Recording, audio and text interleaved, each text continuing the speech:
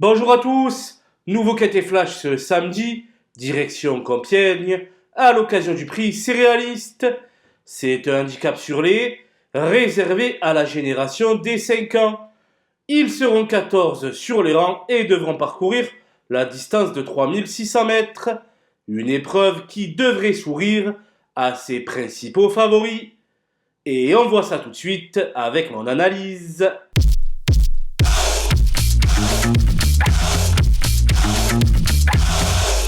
Les bases avec le 10 Concerto, qui est très performant dans sa nouvelle carrière sur les obstacles, avec 3 deuxièmes places en 4 courses. Je pense qu'il est voué tôt ou tard à vaincre dans ce genre de tournoi. Le 9 Happy Harry, et de tous les combats ces derniers temps, et a obtenu son meilleur résultat récent à Compiègne. Assurément, il a une très belle carte à jouer. Le 8 Panarea s'est bien ressaisi en s'imposant sur le steeple après son échec sur les balais à Auteuil. Sans incident, elle devrait batailler pour les premières places. Les opposants avec l'As, le Roi David, qui reste sur 2 succès et qui est lourdement pénalisé au poids par rapport à son avant-dernière tentative. Mais son aptitude à Compiègne et au terrain collant plaide largement en sa faveur. Le 14, Kérida, est lâché au poids par le handicapeur par rapport à sa dernière sortie sur les balais. Bien placée en bas de tableau, elle me semble à même de causer la surprise. Le 3, Jane de la Bruni, est une jument dotée de bons moyens, qui semble plutôt bien placée pour son premier handicap. Sans aucun doute, il va falloir compter avec elle.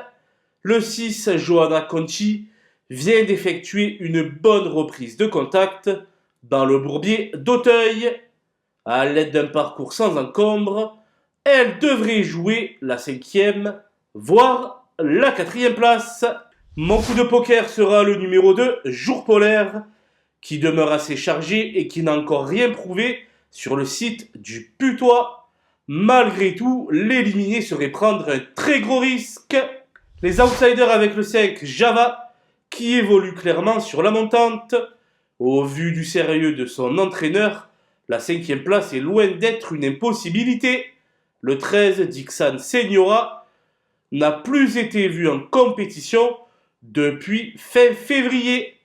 Il aura sans doute beaucoup de mal à rivaliser en fin de parcours. Le 12, Jouvencel, souffle le chaud et le froid dans les 2 spécialités. Avant le coup, d'autres candidatures semblent préférables à la sienne. Je pense que le 11, Follow You, pourrait pêcher par manque d'expérience à ce niveau.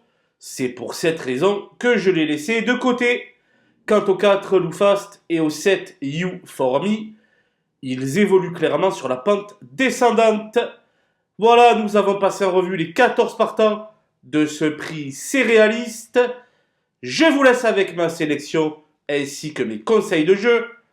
Bon jeu à tous!